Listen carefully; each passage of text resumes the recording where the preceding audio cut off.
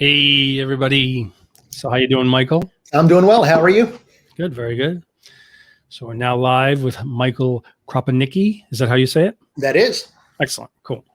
And so people are starting to come in. So I see the numbers going up. So please do let us know where everyone is watching from. I'm in sunny Los Angeles. And Michael, you are in the Pennsylvania I'm in area? the greater Pittsburgh, Pennsylvania area Cool. from a smaller city called Washington, Pennsylvania, just slightly Nice. south and west. Go Steelers. Go still, yeah. Let's see, you got Kind of someone. obligatory to say that when you're from my area. Right. So hello, everyone from sunny LA. That's probably Osvaldo. And then we got Andrew from the UK. Good to see you here once again. Hello, Andrew. And we got our friend Dennis Dunbar. Good guy, Dennis. Dennis, you honor me with your presence. Good to see you. Santa Monica. I know it's cooler in Santa Monica. They got nice breezes there. And then just to let everyone know who's starting to comment that if you give StreamYard permission to show your name and profile pic, I will be able to credit you when you comment or ask questions. You should see that at the top underneath the video, a little link for StreamYard.com/Facebook. Then it'll give your name and your profile so I can recognize you. Thank you. Let's see. We got someone says they dig your banana shirt there. Thanks. My kids gave it to me on Father's Day. Cool. We got George James, who's also a moderator for the group in Nottingham, UK. Hello, Good George. to see you here, George. He's been working hard in the group. Thank you. And we got Jennings Ford. Good to see you. How did you know? I've spent 2 nights, at least part of trying to make the perfect action for converting my CR2 files to Instagram photos. So he's been working on actions as well. Yep. We got Ahmed from Egypt. Good to see you here. Hello, Ahmed. So yeah, someone says under the overview button. I didn't know they had an overview button. You learn something new every day. Yes, sir. So, overview. Okay, well, thanks everyone for being here. So once again, as I said, let us know where you're watching from. Let us know in the comments underneath the video, in the comments section.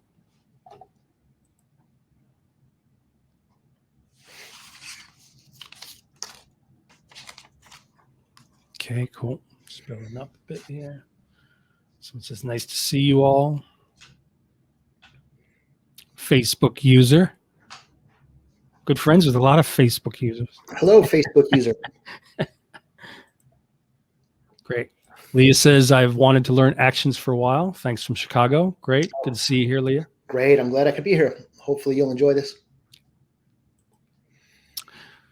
Okay, so a little bit more, and then I'll let you introduce yourself, Michael, but give it another 30 seconds or so. It's building up good. But yeah, so just a reminder that today we're going over, Michael is going over Photoshop actions, building, testing, and hacking. So that should be pretty cool. Yep.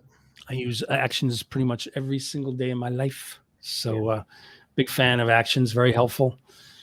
And streamlines a lot of things. I remember doing batch processing with actions in the past. That was very helpful too. So let's see. Ooh, and we got someone says, I see a guitar in the background. Yeah, that's the guitar that my kids are actually fiddling with. I play the bass actually, but that's just an old acoustic that my kids fiddle around with from time to time, and they did the ukulele as well. We got Shanu, one of my also another moderator from Ireland, great photographer too. Good to see you, Shanu. And yes, George James reminded me to give a shout out to StreamYard. So let me do that before I introduce Michael, or have Michael introduce himself. Yeah. So yes, so StreamYard makes all this possible. Multi-streaming app. You can stream to Facebook groups, Facebook pages, YouTube, LinkedIn Live, and I think Twitch. And they're always adding new ones you can stream to, but big fan of StreamYard. So yes, thank you StreamYard for making this all possible. So here is a little video intro to StreamYard.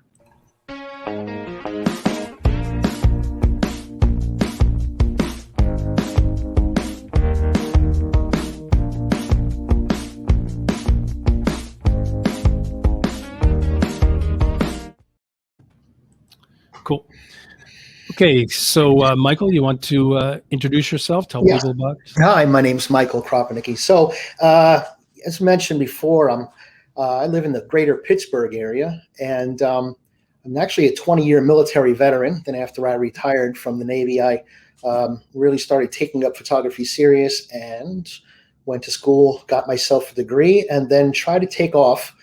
But what I found quickly was that when it came to photography, I was really much more thrilled by the software than I was about actually taking the photos. I mean, I've been told I can take a decent image, and what you see on the screen is, the splash page for my website. But what I really dig is getting into the nerdy bits in Photoshop and Lightroom and organizing things and optimizing things. So when Andrew asked me to do this thing, I thought this would be a good time to dig into some of the nerdy bits in Photoshop. And actions was the first thing that came to mind.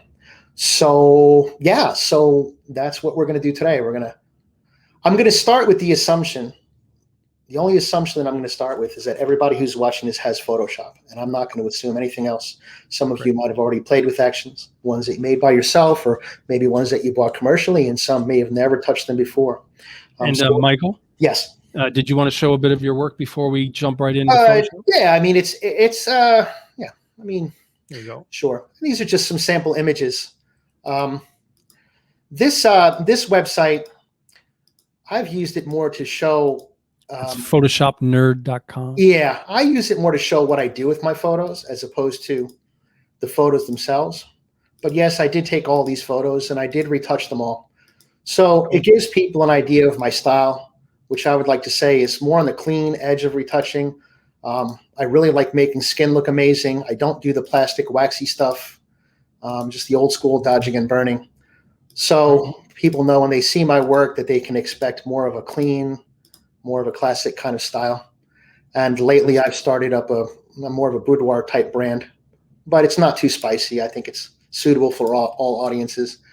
And yeah, I mean, that's the gist of that. During these pandemic times, though, I've done most of my work as a retoucher. So, being an everyday divorced dad, I've been home with my kids while they haven't been going to school buildings. So I've been doing a lot of retouching work for the past year and a half or so. Excellent. And yeah, so that's that. Nice.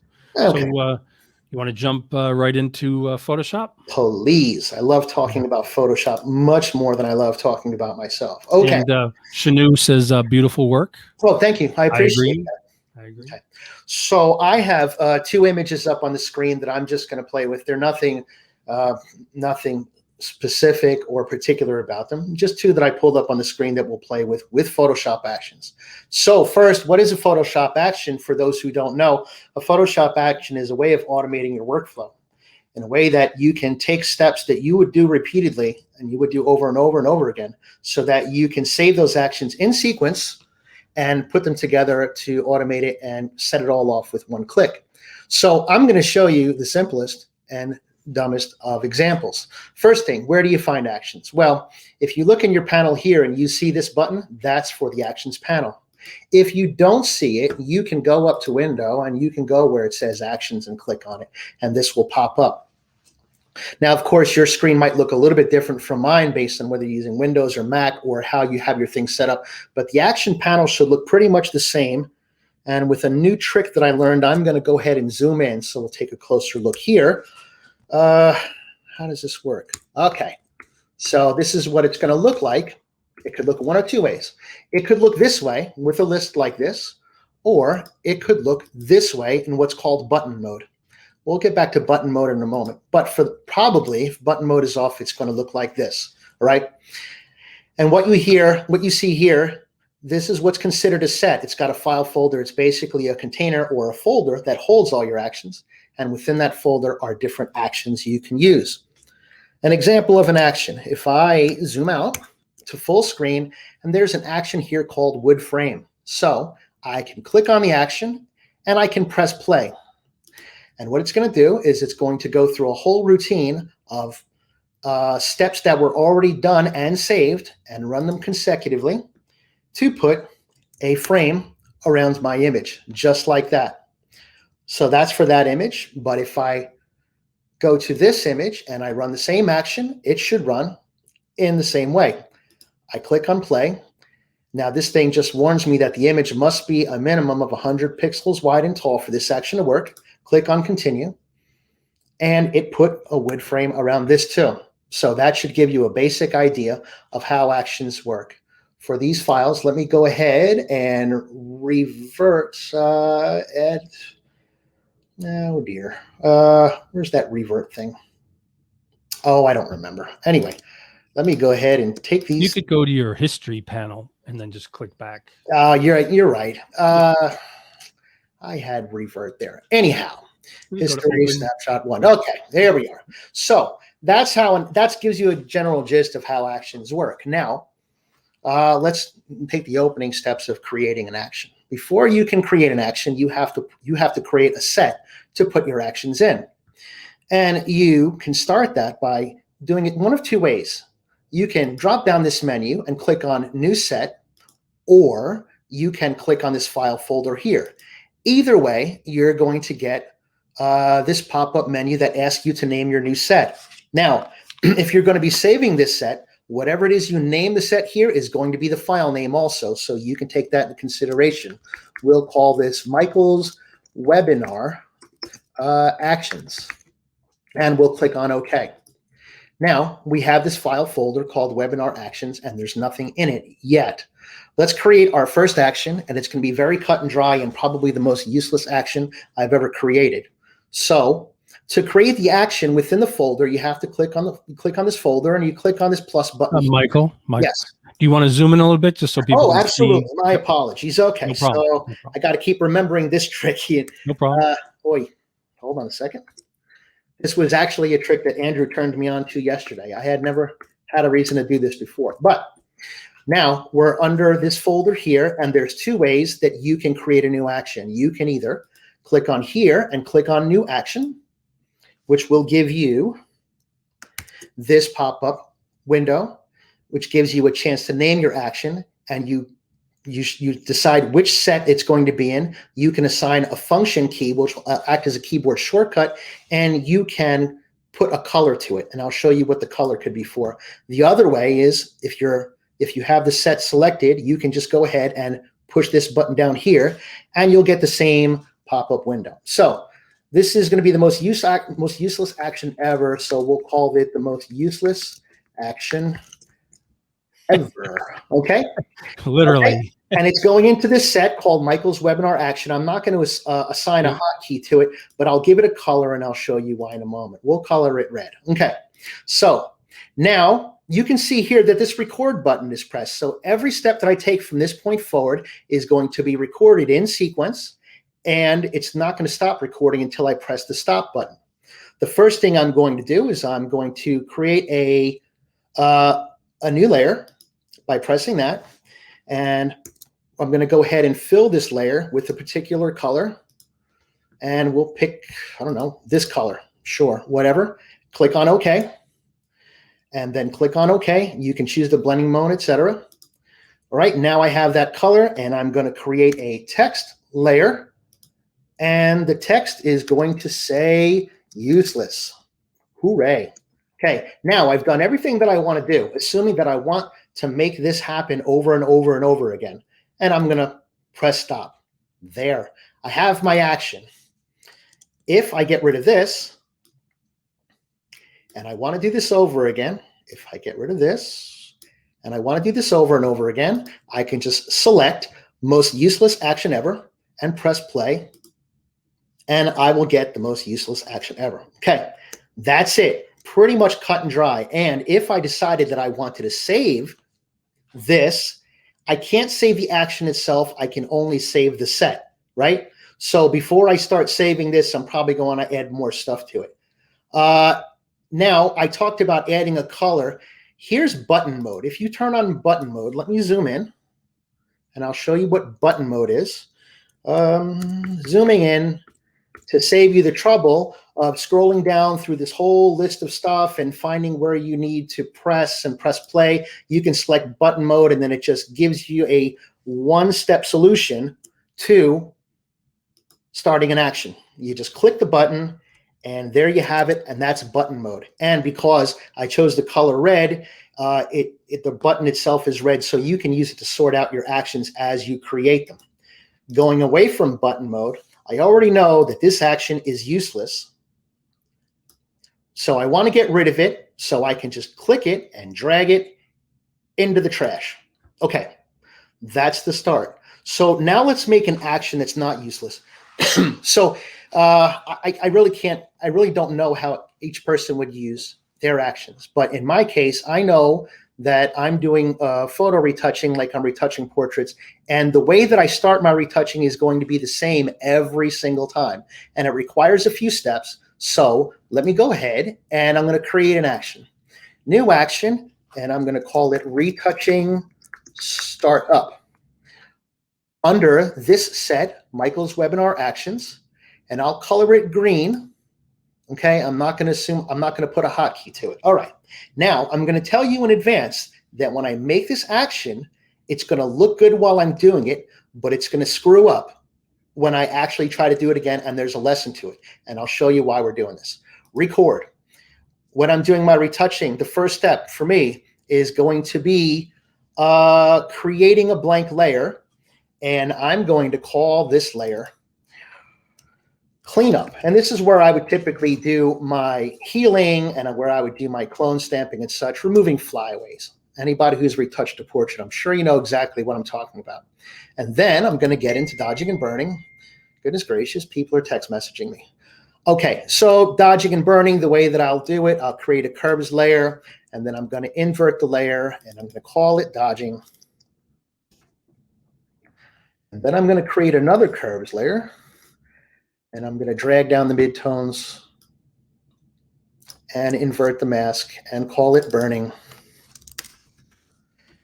And then I'm going to take the two and I'm going to put them together, and I'm going to put them in a group, and I'm going to call that group dodging and burning. So I can turn it on and off at the same time with the eyeball. And then on top of that group, I'm going to make another group of layers that makes this into a high contrast black and white image, because I find it helpful when I'm doing my retouching, especially skin retouching, to do it in black and white. So I'm going to start with a black and white adjustment layer. Goodness gracious, this is bad timing. So I'm going to start with this black and white layer and change the blending mode to saturation.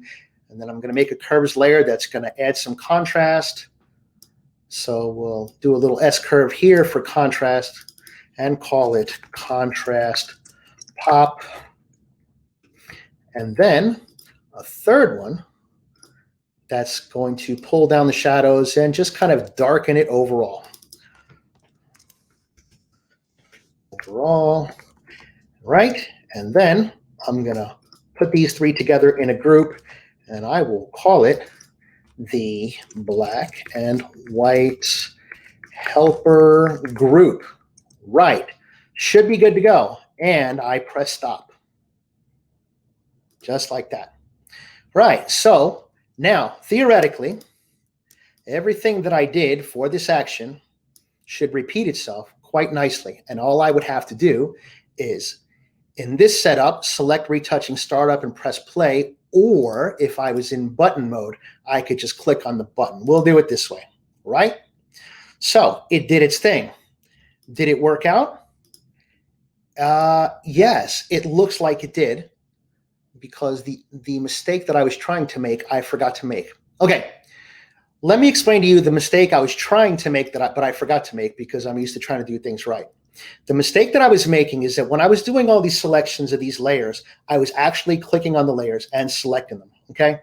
And you can see, and I'm going to have to zoom into this layers panel, you can see that as you're recording your steps, it's listing these steps as you record them. So the first step is just making a blank layer. Remember, that was for cleanup. Set current layer, that's when I renamed it. Make adjustment layer for curves, so on and so forth, right? So here is where you can get into trouble. When you select a layer by clicking on it, you're saving that step in the action, selecting a layer with a specific name. Here's where you can get yourself into trouble. You can get yourself into trouble when, say for instance, you're putting together an action, and as part of that action, you are selecting the background, as sometimes we do, right? You select the background. But what happens if this bottom layer is not called background? And a lot of times you'll find that happening. Well, every time you'll find that happening if when you bring this in from Lightroom or you bring it in from Adobe Camera Raw, you bring it in as a smart object, in which case the background will no longer be called background. It will be called layer 0. So if you're recording your action and you decide to pick a layer and you decide to pick the background layer, it's going to say you're selecting the layer called background. And that layer doesn't exist because you brought it in as a smart object. It's called layer 0. And just like that, your action is broken. So to fix that problem, first of all, let me revert this. And to fix that problem, here's what you need to know. You need to know some shortcuts to move around your layers. Let's go ahead, and I'm just going to make an action that's going to make a whole bunch of layers just to give you an idea of how to move around. So we have the folder selected, and we'll just go ahead and select a new action, and we'll call this moving around the layers. And Michael? Yes. Can you answer a quick question? Sure. So someone asks, is there a limit on the amount of actions we can create or how many steps an action can have? No limit that I know of on the amount of the actions you can create. No limit that I know of about the number of steps you can have in an action. But I do want to warn you, in Photoshop preferences, and I believe under performance, you'll have something here called history states. I have it set at 50. I don't remember if that's the default or not, but basically what it means is that you can only undo up to 50 steps. For those, some of you might know that, some of you might not. If you create an action that has more than 50 steps, what you're going to do is you're going to find that you are exceeding the number of history states, and you will not be able to go back all the way to the beginning, undo all the way to the beginning, unless you create a snapshot before you run the action. If that makes sense, people who are more experienced with Photoshop should probably understand what that means. Yeah, sounds good. Does that sound good to everybody? I hope so. I think so. Okay. Is there a follow-up needed, or should I keep going? I would proceed. Okay. There's another question, but I was going to ask it later when it's more relevant. Yeah. Okay, cool. So I just want to show you all how to move around layers. So let's go ahead and create a new action, and we will call it move around layers. And we can give it a color orange. It doesn't really matter as long as it's in the right set. So what I'm going to do is I'm going to just go ahead and create a bunch of layers, and it doesn't really matter what they are. I'm not even going to do anything with them. I'm just going to create them. Because if you do this, and as you're going through your actions, you are no longer subjecting yourself to the problem of possibly selecting a layer by name and having that name being wrong. I already gave one example of selecting the background layer where if it's a smart object, the background layer might not exist. Another example is, if you create a levels layer, it'll call it levels 1. And if I select it by name, it'll select level 1.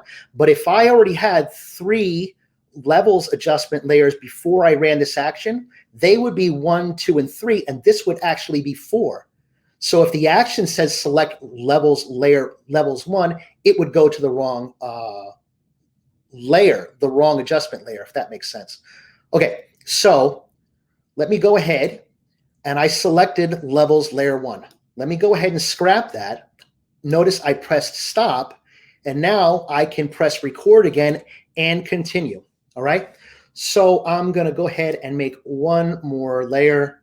And it doesn't really matter what it is, brightness and contrast.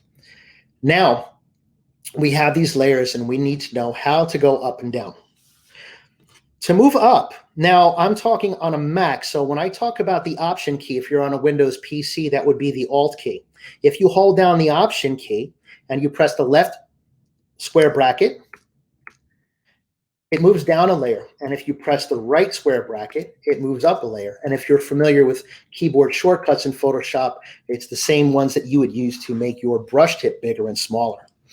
Now, I have brightness and contrast 1 selected. I can also move this layer up and down. Instead of holding down the Option key, if I hold down instead of holding down the Option key, if I hold down Command, it's actually going to move that layer down. You see how it's moving it with the left square bracket key and moving the layer itself up with the right square bracket key. I can also automatically jump to the bottom layer, which in this case would be background, by holding down Option and pressing the comma button, or I could jump to the top by holding down the Option key and pressing the period button. So that's the way to navigate around those layers. And additionally, let's move down 2 layers.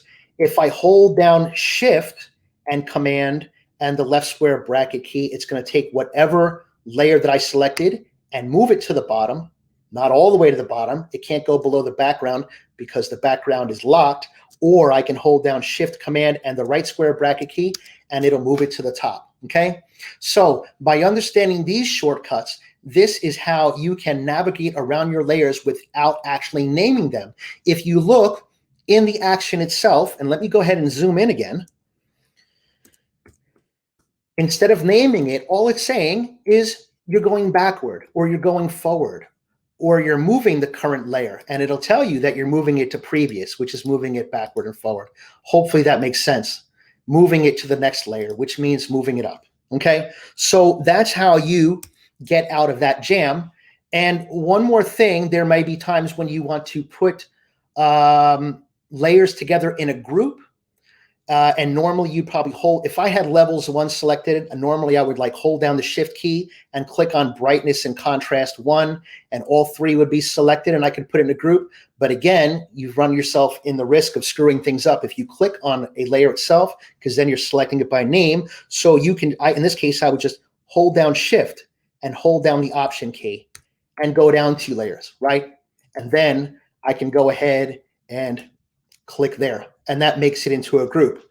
Furthermore, when it comes time to renaming layers or groups, instead of double clicking on it, you can go to layer, and then if it's a group, you can go to rename group and just call it useless group, right? And the same thing with a layer. If it's called color lookup, but I want to rename the layer and call it Fred, whatever. So you get the idea of how you can navigate around the layers. This is going to be very important, because if not, you run yourself the risk of breaking your action, and you also run the risk of your action not being compatible, especially if it's an action that you're going to send out to the world and share with other people, because you have no idea what their naming conventions are. You're not even certain if they're running Photoshop with English as the default language, if you understand what I'm saying, because you can run Photoshop in other languages. So now we have this bloated action that does absolutely nothing. And can we ask a quick question? Absolutely. So Jennings Ford asks, if you get around to it, is there a way to edit already made actions? So I thought that might be a way. There is, and we are going to get to that, I promise.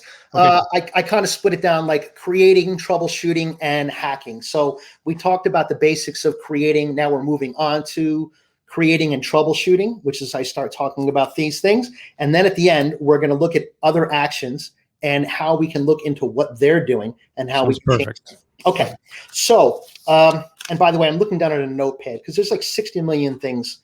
And if I don't keep myself organized, I'll be like, ooh, squirrel. Okay, so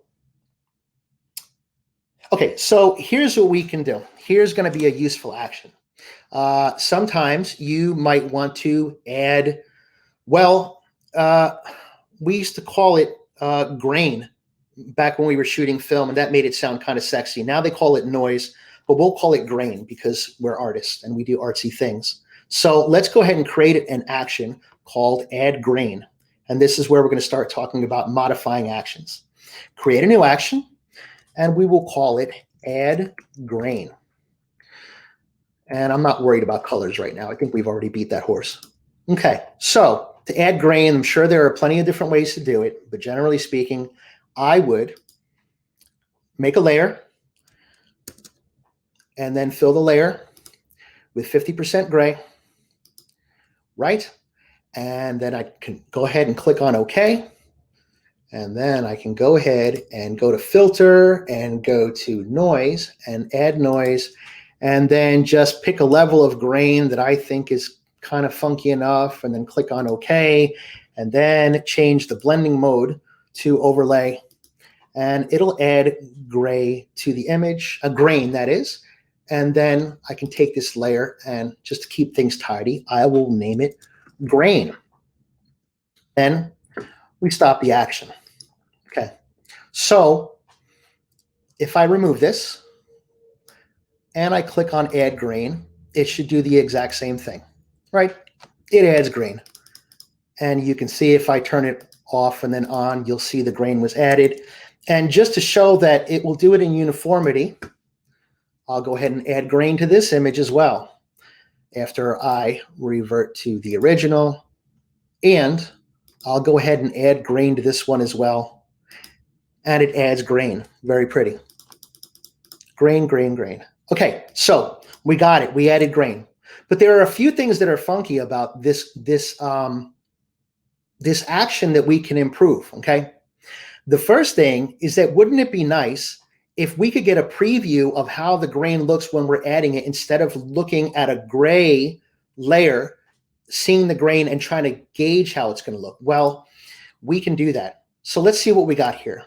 The first part was make layer, and you can go through your actions and click layer by layer to see what it does. This will make layer 1. If we click on fill, it will fill it with 100% opacity gray in the normal mode, right? And then we added noise to that gray. Okay. And then what we did was we changed the blending mode to overlay. And that's where you saw how this was supposed to look. But what if we could take this part where we're changing the blending mode to overlay on that grainy gray thing, and we could put it on top of the part where we add noise. Now watch what happens. If you click it, you get the gray, but if you go step by step, we'll start by making the layer, filling it with gray, changing the blend mode of the gray layer to overlay, which makes it invisible, right? And then adding the noise. Now you'll see that the amount is 11.86. That's going to be, I'll show you, that will be the default amount because that's what we used when we made this action. If you click it and you change this amount, and now you might want to click it because you can see how it looks on her skin, if we want to make it more grainy or less grainy, and a lot of this will depend on the size of your image. So we'll set it to 10% and click OK. And then now the default is 10%, and every time you run it, it will set it by default to 10%. Now, we did that step by step, and it did it all for you, and it didn't really give you a choice. Now, let's change it to the part where it will prompt you to set however much grain you want in the image. In this layer here, where it says add noise, it says 10%, that's the default. If you click this box here and you run this action again, when it gets to the part where you add noise, because this box is checked, it will give you an opportunity to put in whatever setting works best for you. See how that works? If you uncheck the box, it'll skip right back and assume that you want to use the default, right? But if you check this box, at the step in the action where you're actually choosing the percentage of the grain, it will give you a chance to choose it. So that's how you do that. And it just came by moving layers around. Deleting this, so I could take this make layer thing and move it down here. Now I'm breaking this action when I do this kind of stuff, but you can just move stuff around just like that. You can also copy layers by holding down the Option key. And if I click on Make Layer and I drag it down, it will a copy of Make Layer and so on and so forth if you need to copy your things. So you have that. You feel me? Everybody good on that? Forgive me if I go too fast. I have a lot to get through, so I don't want to miss anything. Things are good. Things are good. Okay. All right. So, you know, sometimes there are things when you're creating your actions, there are things that you're going to make in an action that a subroutine, let's call it, that you will use in many other actions. One thing that I've found, a subroutine action that I made that I seem to use a lot is an action that automatically brings you to the top layer of your image, which sounds like it would be easy just by holding the Option button and pressing period like I mentioned before, but that doesn't work in an action if only the background layer, if the background layer is selected. So I don't know if I said that right. It doesn't matter. Let me show you the subroutine and I'll show you how it's going to be helpful. So let's create an action here and we'll call it jump to, ooh, you hear that thunder? Jump to the top. Okay, I'm creating a layer there. Okay, and I'm going to rename this layer garbage because it's going to go in the garbage. Garbage. Okay, so there's that. And then I'm going to go down to the bottom, which is Option, comma, and then I'm going to go to the top, which is Option, period, and then I am going to get rid of that thing. Nope, I did that wrong. I don't want it to delete the current layer. I want to specifically click on the layer that says garbage, and I want to delete this layer. Huh. Okay, let me figure out, I'm screwing something up, but let me see. It's something to do with, pardon me for a moment. Let me unscrew myself here. I made a layer. I called it garbage. Oh, okay. So after I call it garbage and I go down to the, okay, I made a layer. I called it garbage.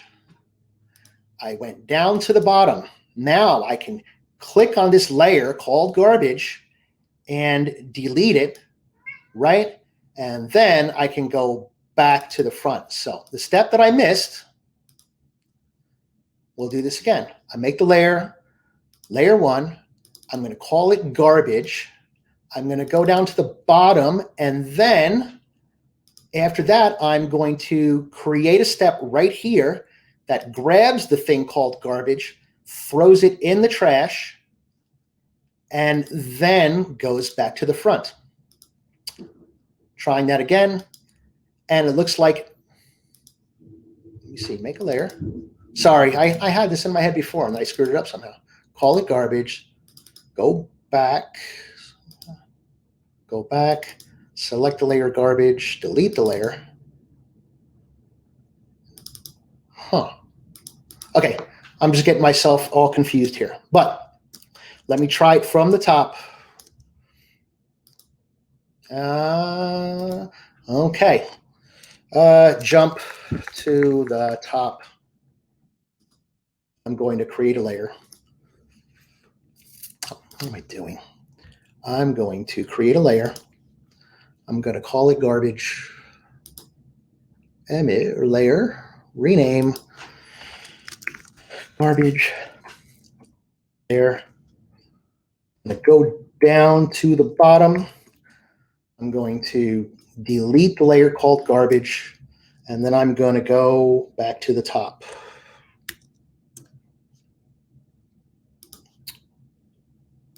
Gosh darn it. Pardon me, folks. Technical difficulties. Please stand by. Create a layer. Call it garbage. Got it. Go back.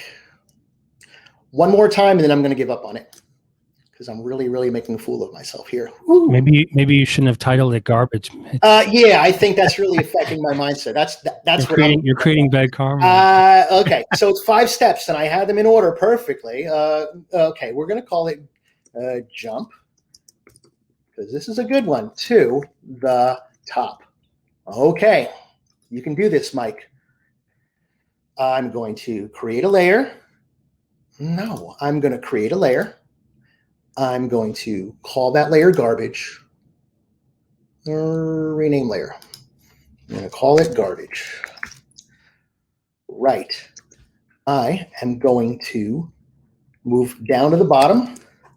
I'm going to select this. Nope. Oh, no, I'm not. Gosh darn it. I know what I'm going to do. I'm down at the bottom. I'm going to go back to the top. And then I am going to select the layer called garbage and throw it out. Let's see if that worked, or if I'm just making a fool of myself here. Gosh darn it.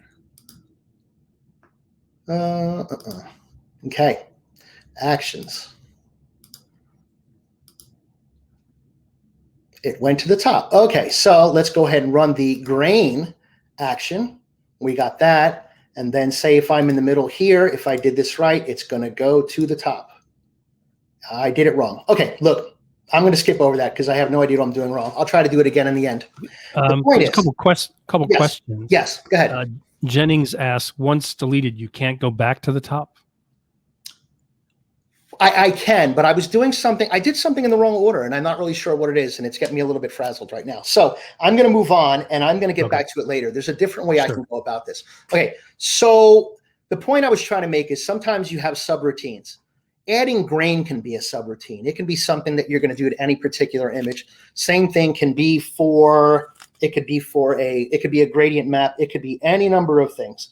But let us make an action called, let's make an action that's going to do highlight and shadow clipping. Like if you're in Lightroom or if you're in ACR, by the histogram, there are 2 little triangles you can click that will flash red if the highlights are being blown out, or it will show blue if the shadows are being crushed. We can do, what the heck? We can do that in Photoshop, and I'll show you how. Under Michael's webinar actions. Let's go ahead and create a new action. And we will call it highlight shadow clipping warning, right? Record. So for the highlight warning, we're going to go ahead and do a solid color layer.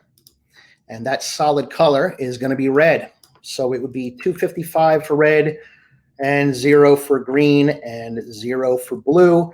And that's red. And then without having to select it, we can go to layer and we can rename it highlight clipping.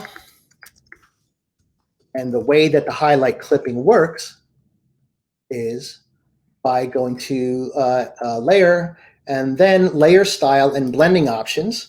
And for blend if and the underlying layer, just take this one and slide it all the way to the right. So that red is only going to pop up when the luminosity of the underlying layer is at 255, which is complete and total blown out white. You can click on OK for that, and then I can do the same for shadow clipping. So I would go to solid color, but instead of red, I'm going to have 0 for red, 0 for green, and 255 for blue. Click on OK for that.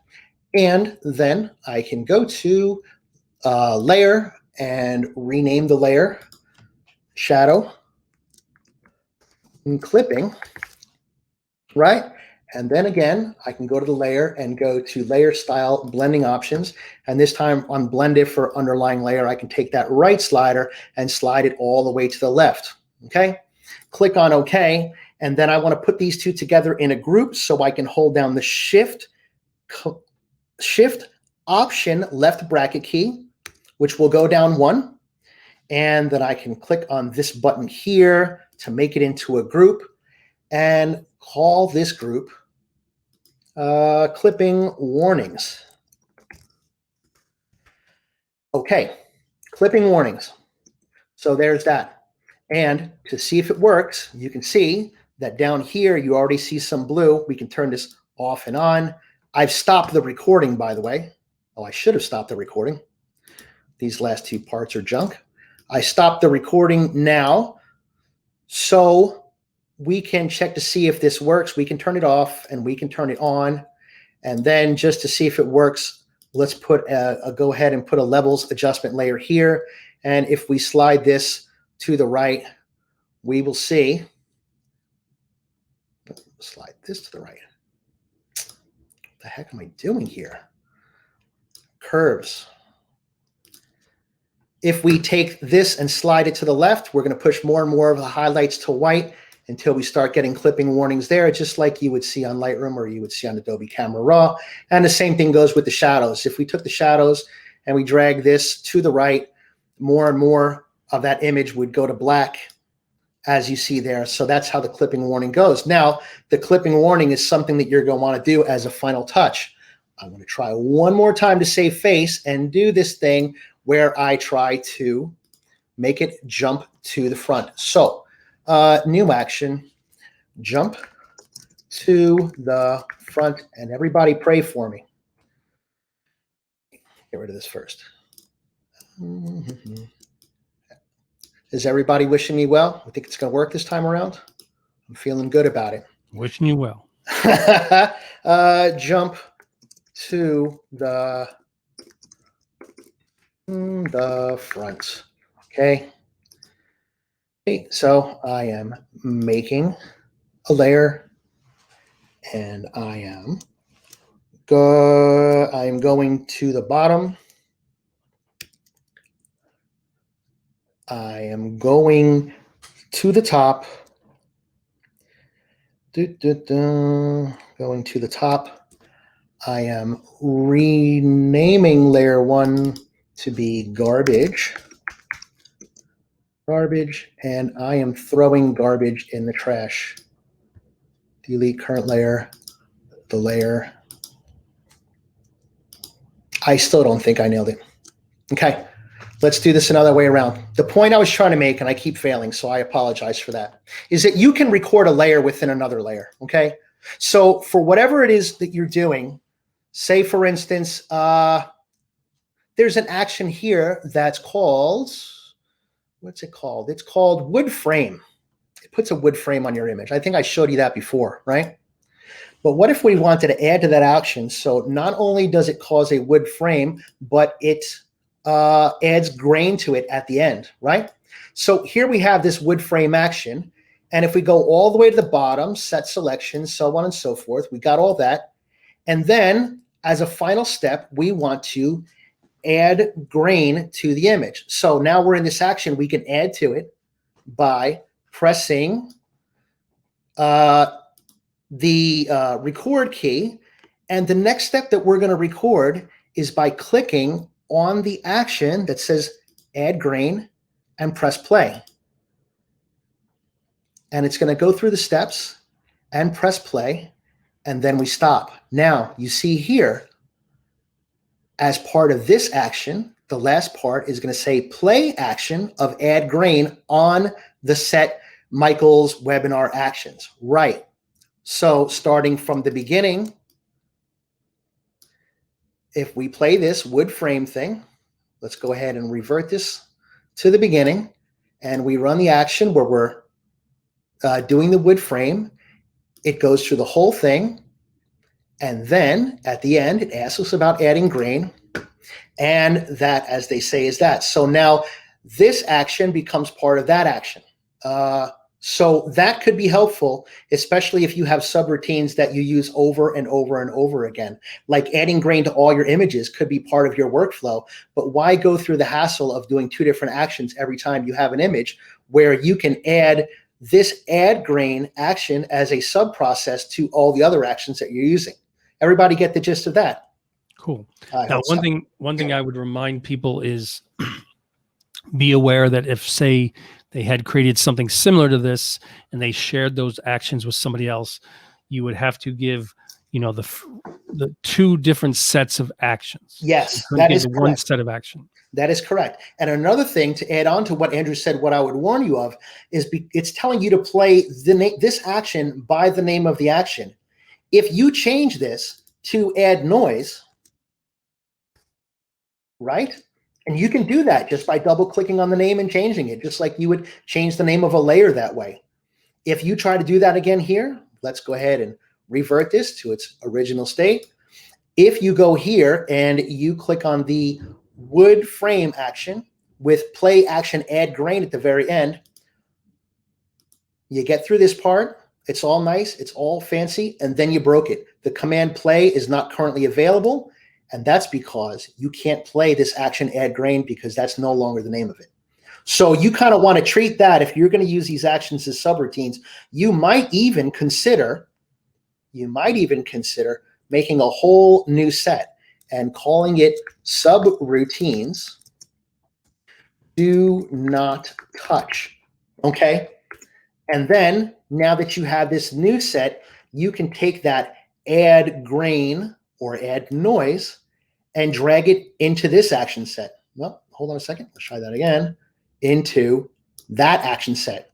Okay. So now you know not to touch, not to mess with any of these actions in the subroutines, because other actions here are going to be, they're going to depend on them being left intact.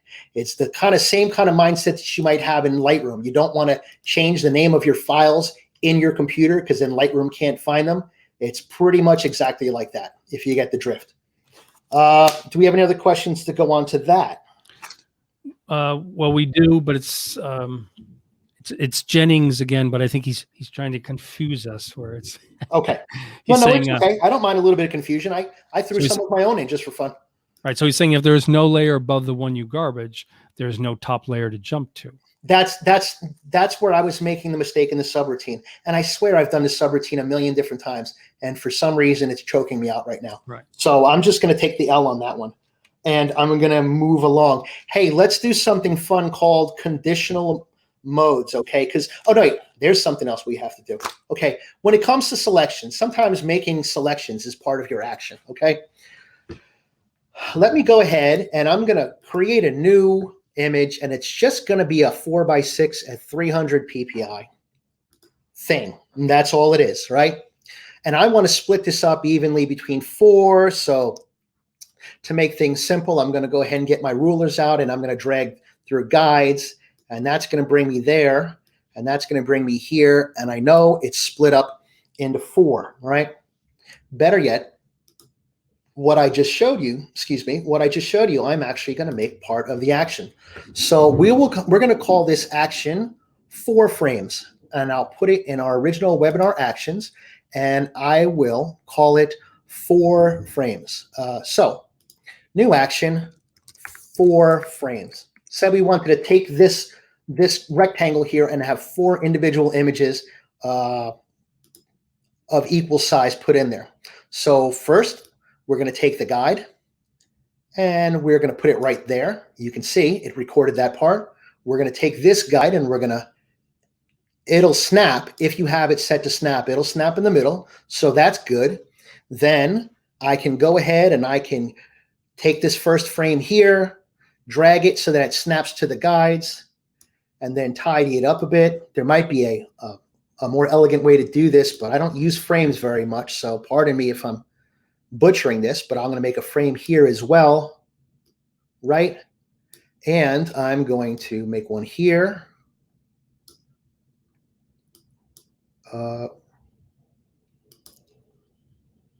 And snap that. And I'm going to make one here. So now, wow, got an electrical storm going on outside. Hope I don't die. There and there. So now we set that up and we have 4 frames. And if we brought 4 images in there, we could fit one in each frame and put it together quite nicely. Okay. So there, that's that. We can also, at the very end, if we want, we can, as part of this action, we can clear the guides so it doesn't look all messy. And then we can stop it there. 4 frames. Perfect. Let's go ahead and get rid of these. We'll test out this action and see how it ticks. And we click it. And we're groovy. It made our 4 frames. Now remember that this is a 4x6 image. So let's throw a monkey wrench into the works. And instead of this image, oops, and you would think I would know how to use Photoshop today. Let's throw a monkey wrench in the works and let us make this a different size image. Image size, instead of 4x6, let's make it 8x12, right? Same proportions, just quadrupling the area. Got it? Got it. If we do this action again and we click it, it's not going to split it in 4. And I'm going to show you why. When it's making these frames, we are making these frames, and it is determining where the frames go based on where the pixels are. Basically, it's determining it by the size. And you can see here on our rulers, it's counting the pixels here from 0 to 1800 on the width of these frames, 0 to 3600 on the width of the overall image, and so on and so forth. So how can we fix that where it is saving these frames based on the percentage of the image, not the number of pixels that we're framing? We have our ruler up here. And if you right-click on the ruler, you can change it from pixels to inches to centimeters to points, picas, etc. Let's go for percent, from 0 to 100% of the width, and from 0 to 100% of the height. And let's try this action over again, except instead of doing it with our rulers counting pixels, our rulers will count percentages. Okay, new action. And again, we're going to call it 4 frames. Okay, now we're doing it by percentages. So we can take this guide and we can bring it down to 50% where it'll snap. We can take this guide and bring it to 50% where it will snap. And again, in my own very clumsy way, I'm going to make these frames, but now these frames are being set based on what percentage of the image they're taking up. So this is taking up 50% of the width to the left and 50% of the height on the top. And we'll just go through all 4 corners and do it that way. Right. Okay. And I think some of you might see what we're getting at already. Okay. And there, well, we'll bring this up here. Very clumsy with frames. I don't use them very much because I'm not a graphic designer. Okay, but anyhow, now we save it. And if you look at edit frames, now it's talking about, it's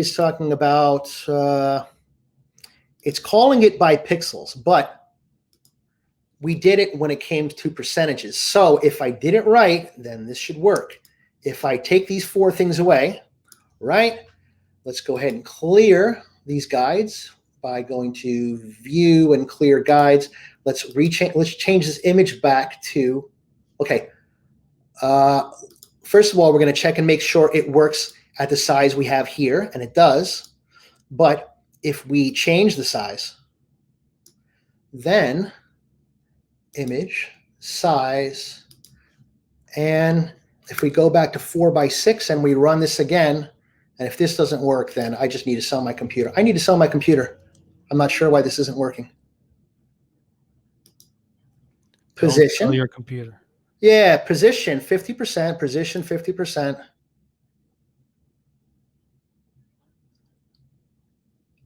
I don't know why that's happening.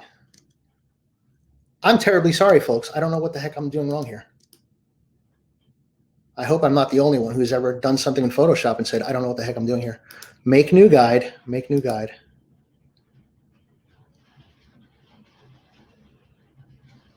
All right, let's try this a different way. I think the problem is in making frames. I'm not very good at making frames. Instead of doing that, let's go ahead and make suggestions. I mean, make selections, marquee. Very simple. Marquee, the top one, I'm going to go ahead and fill it with black. Right? And the bottom right one, I'm going to go ahead and fill it with black. And I want to be able to recreate that. So let's go ahead and make a selection. I mean, make an action. And we're going to call it, checkerboard. Okay. record. My rulers are on percentages now. So when I make this selection, the selection is not going to go off the image. So it should pick it out perfectly. Hold on a second. Let me start over one more time. I'm getting flustered here, but I don't want to be. Okay. Checkerboard. Okay. Checkerboard.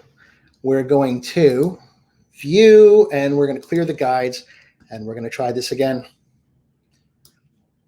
We're going to record. We're going to take the guides and bring them down.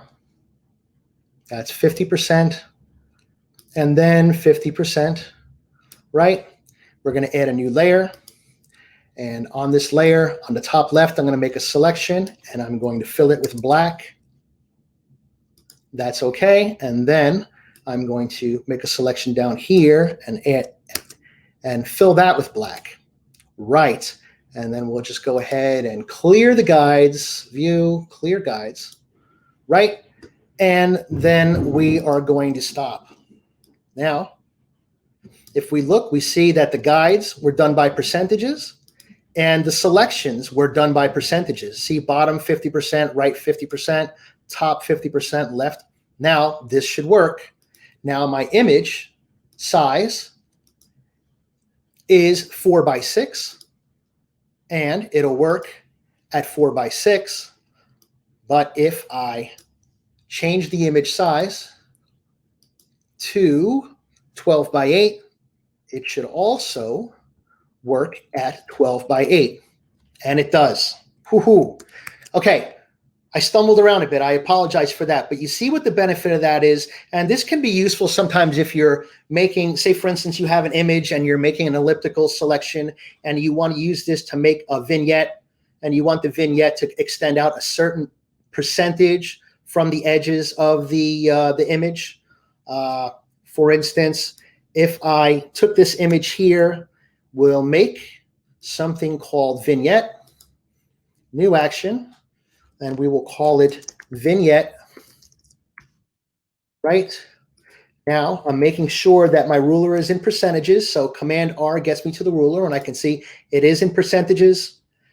And I can go ahead and use the elliptical marquee tool and just kind of like bring it down to about here.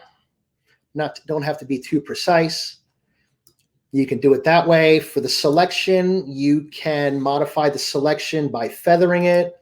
And we'll say we'll feather it out by 50 pixels.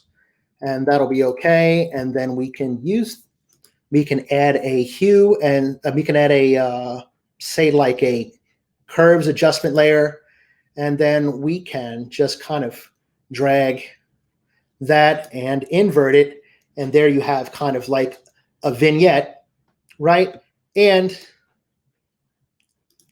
the vignette should work out just the same no matter what size this thing is. So we can go to image size, and I'm just going to go ahead and make this a good old-fashioned 4:6 because that's the ratio. But if I run the vignette action again, the vignette should look exactly the same, and it does. So that's how you want to use these rulers and the percentages to your advantage when you are recording actions that make selections based on the percentage of the image, not the number of pixels you're selecting, if that makes sense. Should I move on? There's a few other tricks I'd like to show. How are we doing on time, Andrew? I don't even know. Yeah, we're past the hour already. Did you have like maybe one more you wanted to go over? Or? Sure. Okay. So there's something, well, it's kind of like 2 in 1, but we'll start talking about, okay, so we're going to talk about stops. Stops are important. We had this action, and it was called add noise, all right? And now, when we know what we're doing, it's not a problem to run through this thing, right? But if we are showing this action to somebody else, we have to give them instructions on what they're supposed to be doing. And we can do that by adding stops, okay? Now, right before we add the noise, we have the current layer and it's set to overlay. And then we want to add instructions, adjust the amount of noise to your preference, and then hit continue. So over here, there's going to be, oh, you have to record. Sorry. Over here, I'm recording. And there's going to be a part here where you can say insert a stop. And when you insert a stop, this is when you can type a message that's going to show up on the screen.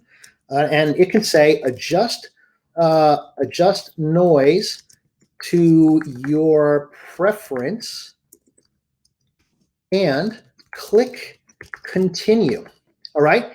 And then if you click on this box that says allow continue, then it will give that person an option to either click on a button that says stop or click on a button that says continue. But so we're going to go ahead and click on OK.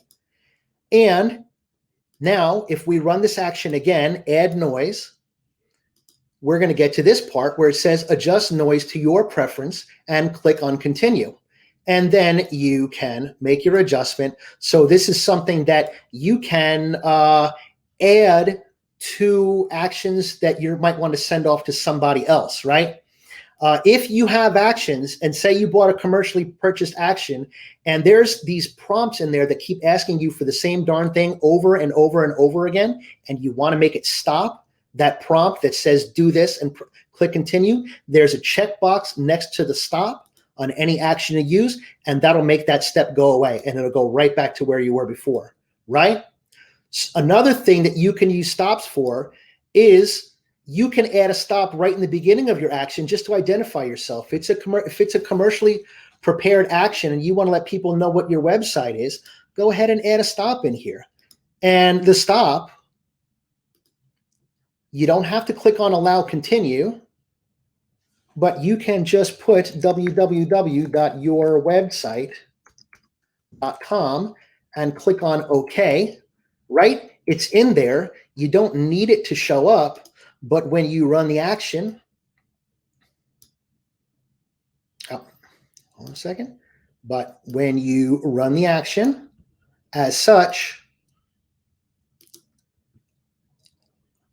you can open up this part here and it will have your website and you can have your website pop up as part of the action as such, or you can just have it as basically just part of the background noise. So you can introduce yourself to the world with your actions. Now, somebody asked about hacking actions, okay? So here's what happens. The problem with actions is that when you run them, you don't see the result until the very end. It goes through the whole process and it just blazes through it and it gives you the result at the end, okay? But there is a way to slow that down. If you go to the settings, you can go to playback options, right? And you're going to see three options. Accelerated is the default, and that's where it blazes through the entire action and you only see what happens at the end. If you click on step by step, it will take you step by step and the result of each step will show up on your screen as you go through. So that's the part where it made the layer. That's the part where it said your website. This is the part where it filled it gray with overlay blending mode, right?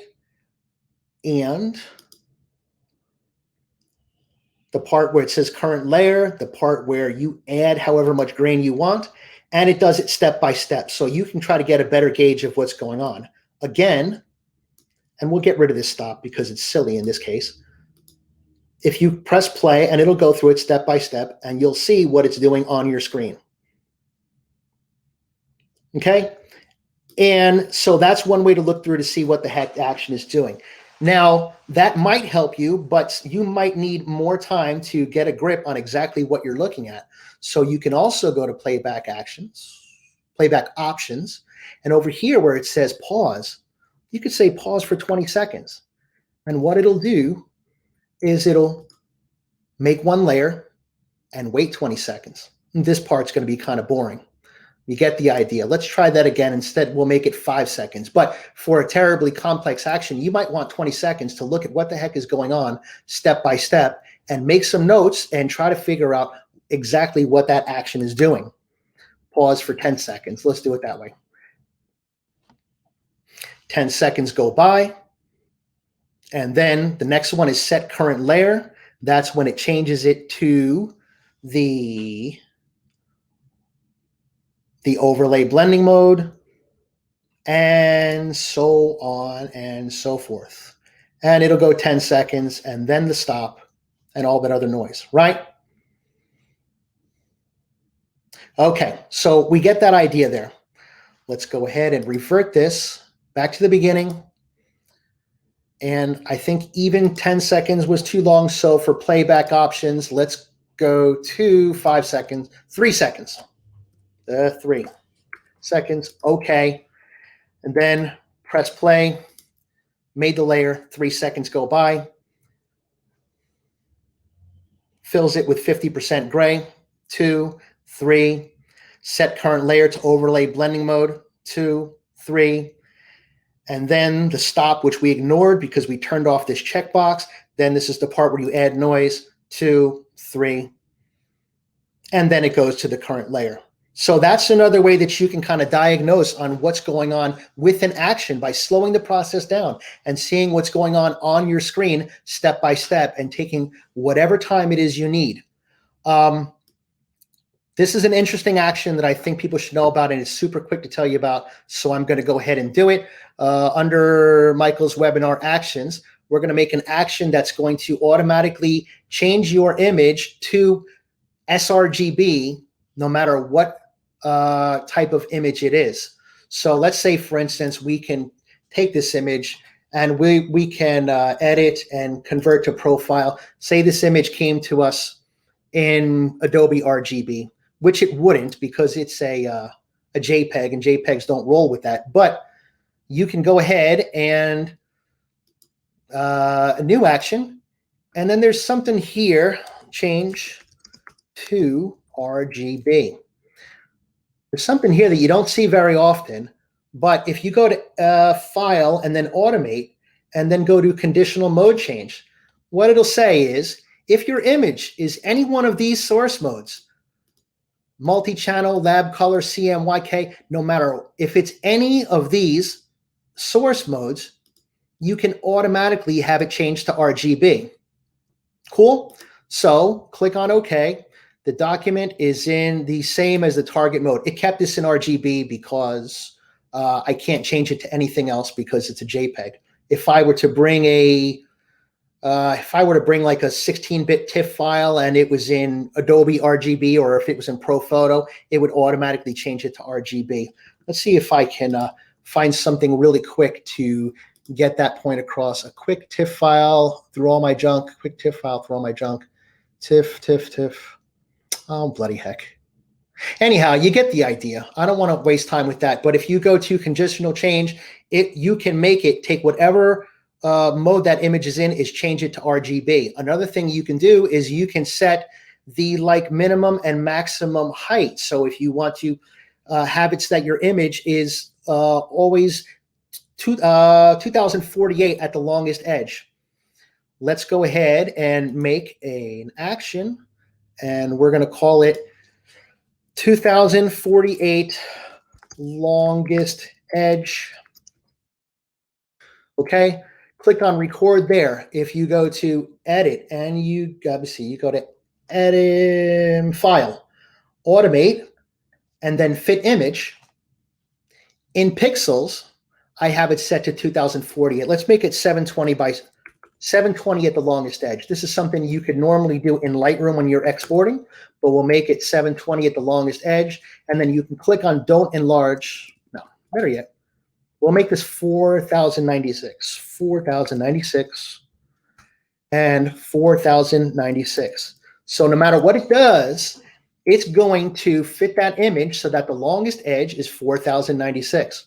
All right, click on OK, and there's that. Now, if you look at this image here, let's go ahead and stop this thing. If you look at the image here, and you look at the image size, and you change it to pixels, the longest edge is 4096. Now I can take this one, which is a portrait instead of a landscape, and I can go ahead. I should change this to 4096, but you get the idea. If I click this here, it will change this so that the longest edge is 4096 pixels. And because I did not check the box that says don't enlarge.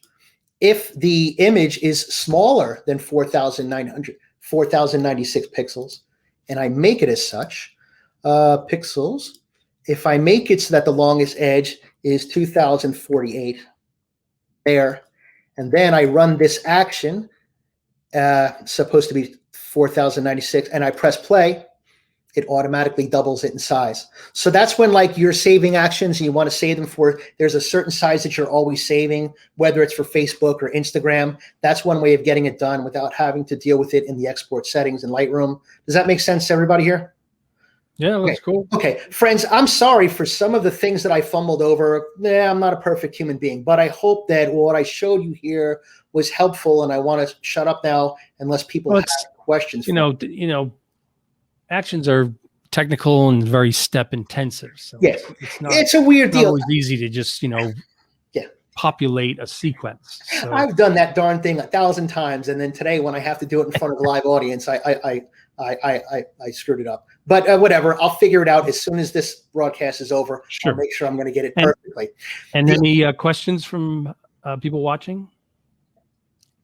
I just see that Jennings says, "Yep, thanks." Okay. Any comments, questions from the viewers? I think they just took it in, and most likely we will watch the recordings again to take it in even more deep. So I'll leave with one more thing. Now this thing got all messy. If I wanted to save add noise, I select, if I wanted to save the subroutines, I could go to save actions, and I choose where I want to save it. I'll put it on my desktop. It'll automatically put the .atn extension. That's the extension for all Photoshop actions. So now it's saved to my desktop. So if I need it, it's there on my desktop, so on and so forth. So there's that. Just wanted to add that one last part in because I don't think I talked about saving actions. So yeah, so there's that. Excellent. So to remind people, you can find Michael at photoshopnerd.com. Mm-hmm.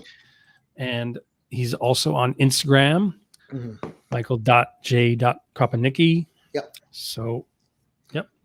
10 more seconds. Photoshop Nerd, they can also find like your social links too, probably, right? Yeah, you can find them, or you can reach out to me directly.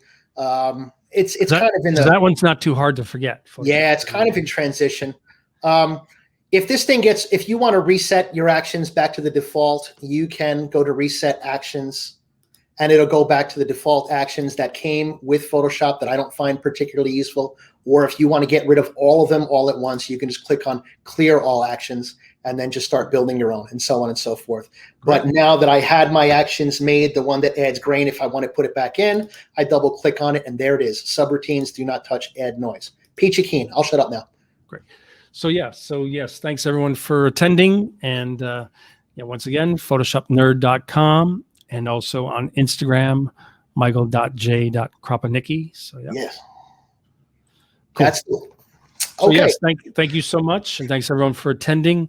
And as always, I will be posting the link into the various groups, so look for that always as the top pinned post. I know Facebook has kind of changed the way that pinned announcements look. They kind of get cropped and kind of has a carousel look, but still just go up to that top pinned post, click on it, and then it'll expand it, and you'll see all the information. So yes, thanks everybody. Thanks so much, Michael. It's very informative. And everyone have a wonderful weekend. And Jennings is saying bye. Bye, Jennings. And Thomas saying thank you. And Bobby previously said thanks to both. Yeah. Okay. Yep. Yeah, I'm just looking through the comments now. While you guys were doing your thing and making comments, all I saw was my Photoshop screen. But now I'm looking through. Yes, and there'll be the recording for you to kind of take it in more. So yeah. So yes, thanks everybody so much, and have a wonderful weekend. Yep.